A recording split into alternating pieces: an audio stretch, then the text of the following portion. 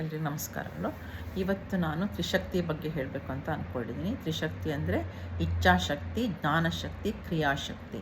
ಇಚ್ಛಾಶಕ್ತಿ, ನನಗೆ ತುಂಬ ಇಚ್ಛೆ ಇದೆ ಏನೋ ಮಾಡಬೇಕು ಅಂತ, ಅದ್ರ ಬಗ್ಗೆ ಜ್ಞಾನ ಇದ್ದರೆ ಮಾತ್ರ ನನಗೆ ಮಾಡೋಕ್ಕೆ ಸಾಧ್ಯ ಆಗುತ್ತೆ. ಅದ್ರ ಜೊತೆ ಕ್ರಿಯಾಶಕ್ತಿನೂ ಇರಬೇಕು. ಅಂದರೆ ನನಗೆ ಕೆಲಸ ಮಾಡೋಕ್ಕೂ ಅಂದರೆ ಅದ್ರ ಬಗ್ಗೆ ತಾಕತ್ತು ಇರಬೇಕು. ಏನಾದ್ರು ಮಾಡಬೇಕು ಅಂತ ಹೇಳಿದ್ರೆ ನನ್ನ ಕೈಲಿ ಆಗುತ್ತಾದರೂ ಅವು ಮೂರು ಸರಿ ಇದ್ದರೆ, ಇಚ್ಛಾಶಕ್ತಿ, ಜ್ಞಾನಶಕ್ತಿ, ಕ್ರಿಯಾಶಕ್ತಿ ಸರಿ ಇದ್ದರೆ ಯಾವುದೇ ಕೆಲಸನೂ ಮಾಡ್ಬೋದು. ಯಾಕೆ ಒಂದು ಎಕ್ಸಾಂಪಲ್ ಹೇಳಬೇಕು ಅಂದರೆ, ಉದಾಹರಣೆ ಅಂದರೆ, ಈಗ ನಮ್ಗೆ ಯಾವುದೋ ಒಂದು ಮೂರ್ತಿ ಕೆತ್ತನೆ ಅಂದರೆ ಮಣ್ಣಲ್ಲೇ ಒಂದು ಮೂರ್ತಿ ಮಾಡೋದು ಅಥವಾ ಒಂದು ಪಾಟ್ ಮಾಡೋದು, ಏನೋ ಮಾಡಿದ್ರು ನಮಗೆ ಇಷ್ಟ ಇದೆ ಮಾಡಬೇಕು ಅಂತ. ನನಗೊಂದು ಮೂರ್ತಿ, ಗಣಪತಿ ಮೂರ್ತಿ ಮಾಡಬೇಕು ಅಂತ, ಅಥವಾ ಒಂದೇನೋ ಪಾಟ್ ಮಾಡ್ಕೊಬೇಕು ಅಂತ. ಆದರೆ ಅದ್ರ ಬಗ್ಗೆ ಜ್ಞಾನ ಇರಬೇಕಲ್ವ, ಹೇಗೆ ಮಾಡೋದು ಅಂತೇಳ್ಬಿಟ್ಟು, ಯಾವ ಮಣ್ಣು ಇದು ಮಾಡಬೇಕು, ಹೇಗೆ ಮಾಡಬೇಕು ಅಂತ ಅದೆಲ್ಲ ಗೊತ್ತಿದ್ದರೆ ಅದು ಜ್ಞಾನ ಶಕ್ತಿ ಆಗುತ್ತೆ.